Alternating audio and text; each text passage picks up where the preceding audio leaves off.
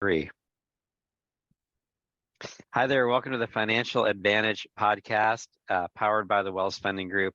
This is Dennis Wells. I'm super excited to be interviewing Suzy Vance today. Among other things, Suzy is a life coach, and I look forward to hearing all about what she's doing and about all of her life experiences. So Suzy, thank you so much for joining us here today. You're more than welcome, Dennis. I'm intrigued because we have some great common people that we connect with, and I'm glad they connected us. Absolutely. I find that great people know great people, for sure. Hey! So tell me a little bit about your life coaching business, how you got into that, how it has developed, and where you see it going. Well, how I got into it was I went to law school when I was 30 because I had been a community activist before that.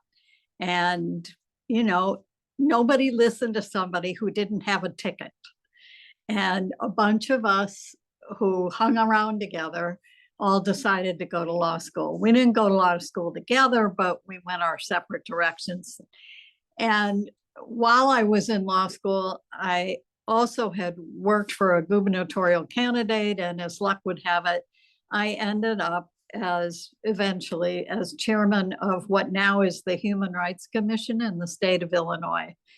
And so the issues around work, around how employers treat their employees, how employees respond. I was already doing divorce work, and this was just another form of it. And what I generally say when people ask what I did in the past was I worked with husbands, wives, and children, and employers and employees, all of whom were in deep, serious conflict. And my job was to litigate them getting out of it. And everybody spent a lot of time looking backwards on who did what to whom. And after a number of years, I was tired of it, because what I thought we should be doing, I come from a place that sort of thinks these things happen for a reason, and they're part of all of our evolution, and there are opportunities to become better and do what it is you want to do. And sometimes when you get fired, it's the best thing that ever happened to you. In any case, so I decided to move on, and I gave my notice at a very large law firm in Chicago and downsized my business, but people kept calling. And when they called, I'd say to them sweetly, I'm happy to work with you if you're willing to move forward. I'm not going to another courtroom. If you need a lawyer, I'll help you find one. But that's between you and them. I'm not doing that anymore. And the rest is history. I ended up consulting with a number of small businesses in the west suburbs of Chicago, and I can't seem to shake the epithet of being somebody who I hope lights somebody else's fire and helps them pitch and tell their story and move on. Very good. Very good. So we were introduced by Matt Carroll, who is a mediator. So how do you know Matt? And I know you're so you were on the litigating side, he's on the mediating side, but it sounds like you're trying to get people mediating as well, maybe. Well, I did mediation for quite a while. Actually, I'm also a trained mediator, which is a skill that everybody should have. But I work with people when they come to me as they come to me. And I met Matt because he's married to Katie Bieber, and Katie Bieber is part of the marketing firm that did my marketing, still does my marketing, but started out doing my marketing when I first started doing these things behind me, which is fiber art. And now they do everything I do, including this coaching. Okay. And I So do have my own video podcast, which nice. I is love it. called Creating from the Heart, the Artistry of Living. And it's really born out of my core conviction that if you just light somebody's fire, they'll go in the right direction, and they may not know where they're going or what they're doing, but if they just take a little step in the right direction, they end up finding and doing what they love in life. And that's what we're all here to do, as far as I'm concerned. Hmm. Yeah, I think that heard a quote. I can't remember. I would totally mess it up, and I can't even remember who it was that said it. But basically, that part of our purpose is to light our world. Very. And that and that in in our opportunities to to shed light in our world, we hopefully give other people light that they might be able to see and make some positive changes as well. Yeah, I totally agree. I Yeah. totally agree. It's interesting. I end up working with a lot of entrepreneurs who are, some of them are just starting and some of them are making shifts. But a number of years ago, PBS in South Bend asked if they could do an interview with me along with two other entrepreneurs. One was young, one was middle-aged, and then there was me. And as the interview, as they finished their piece with me, the woman who gave me no warning asked me if I could leave a legacy, what would that be? And without skipping a beat, I said, I'd like to be remembered as someone who lit other people's fires. And in some ways, that's what I've been doing ever since.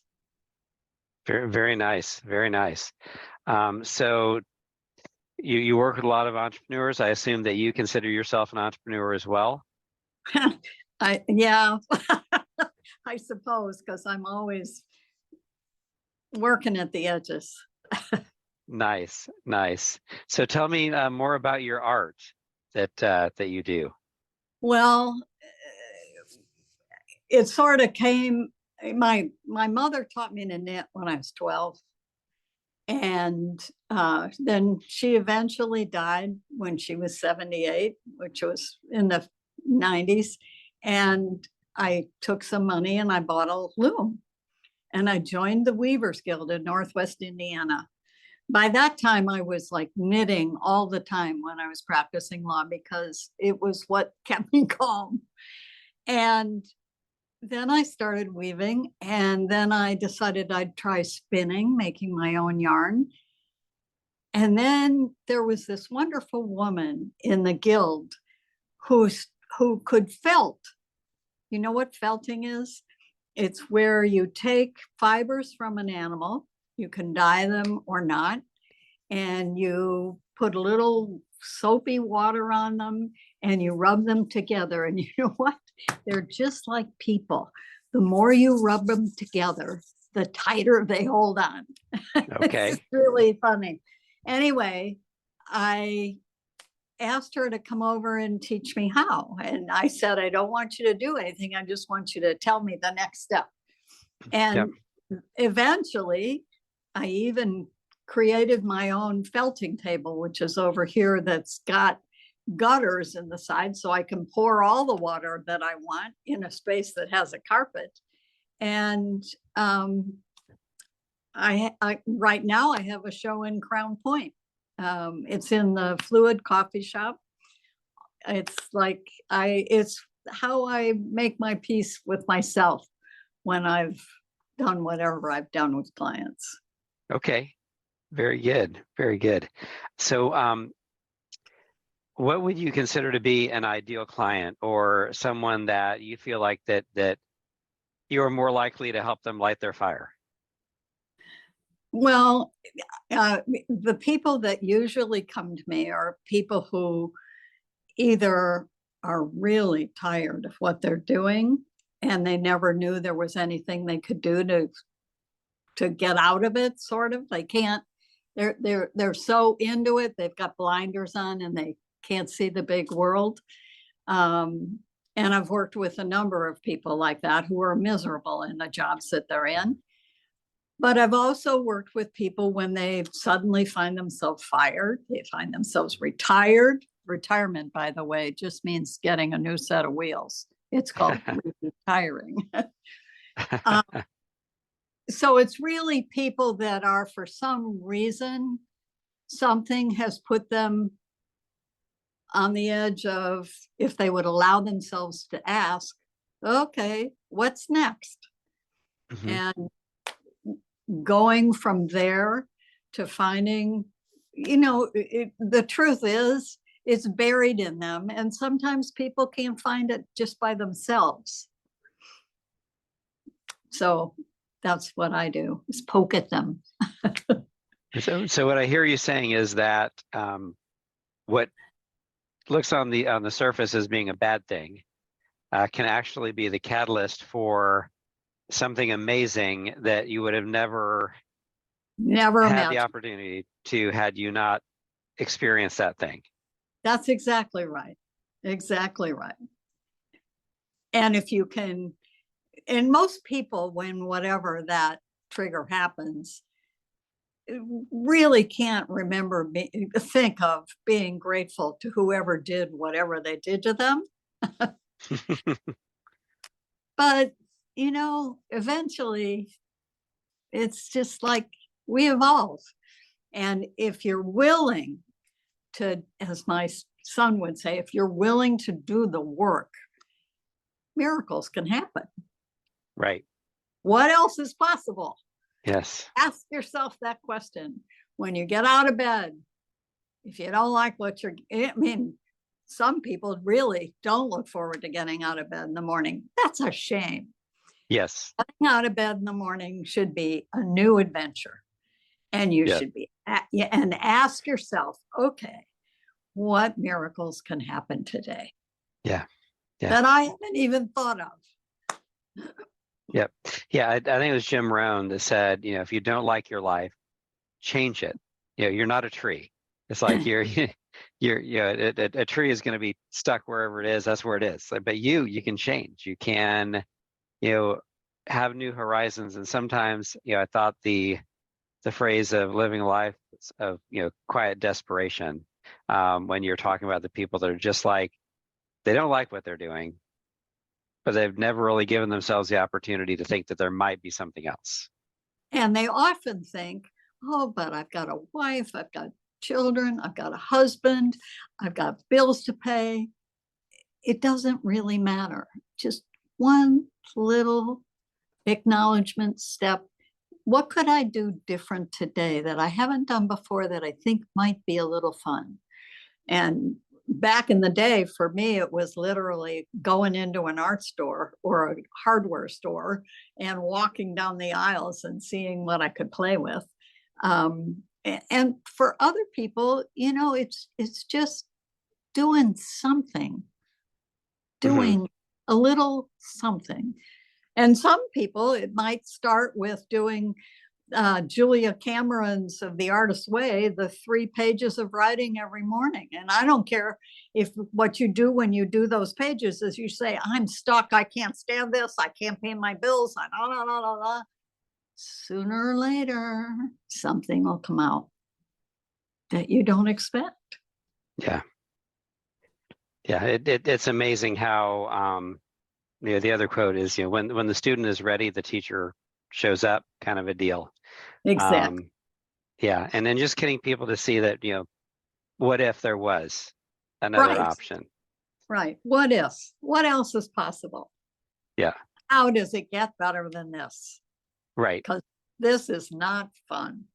Yeah. Yeah. And I totally believe too that when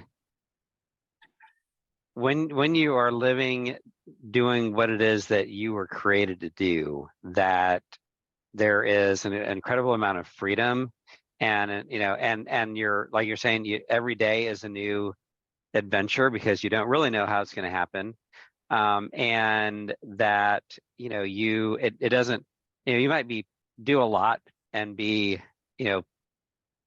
worn out from doing a lot, but you're not drained, if that That's makes sense. Yes. And the other side of that is, how does a manager trust their employees enough, be able to trust their employees enough that their employees can run with an idea and they can trust them, Mm-hmm. and be creative even in a job in a multi-million-dollar company. It really, it's a concept. That's where new ideas are born. Mm-hmm. No, I love it. So what advice would you give to your younger self? You're back in the activist days. Knowing what you know now, what would you say? Keep on trucking, stay open, stay open. And I actually have, you can listen to other people around you, and you can learn a lot from other people around you about what you're good at. But one of the other things that I've discovered that I've written about recently is, when you speak with somebody else, like I'm speaking with you, there's part of me that is listening to what you say, but there's also part of me that, when I listen to what I say, gives me ideas, because I'm conscious and I'm listening to myself. And there is a voice inside me in this conversation that is making suggestions, in a sense. Do you get what I mean? If you're at a cocktail party, for example, and you're talking to somebody else, all of a sudden, if you become aware of what you're saying to that person, it might change something. If your awareness of it might change something for you, what you're saying, not what they're saying.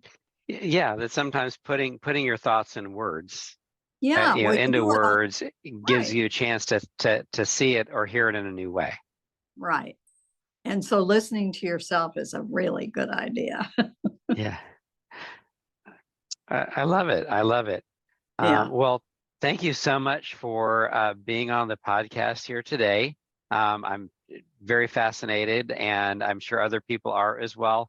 What is the best way for someone to get in touch with you if they want to learn more about your art, your life coaching, your experiences? What's the best way for them to get out there? Well, I do some social media on Facebook and stuff like that. But if you want to contact me, Suzy at suzyvance.com is good. Um, I'm in the middle of making some changes for my website, but have at it. And you can always reach me by that email, Suzy at suzyvance.com, or go to suzyvance.com to see what's happening. You can see all my podcasts there too. Awesome. Well, very good. Well, thank you again for being a part. Thank everyone today for listening. I know I've gotten a lot out of just getting to know you here. We're the Financial Advantage, powered by the Wells Funding Group. You can reach my team and I at 219-230-8400 or wellsfundinggroup.com. Suzy, thank you again for being a part of the podcast. Definitely feel all the richer for having to spend some time with you here today. Thank you. Mutual. All right. Bye-bye. Bye.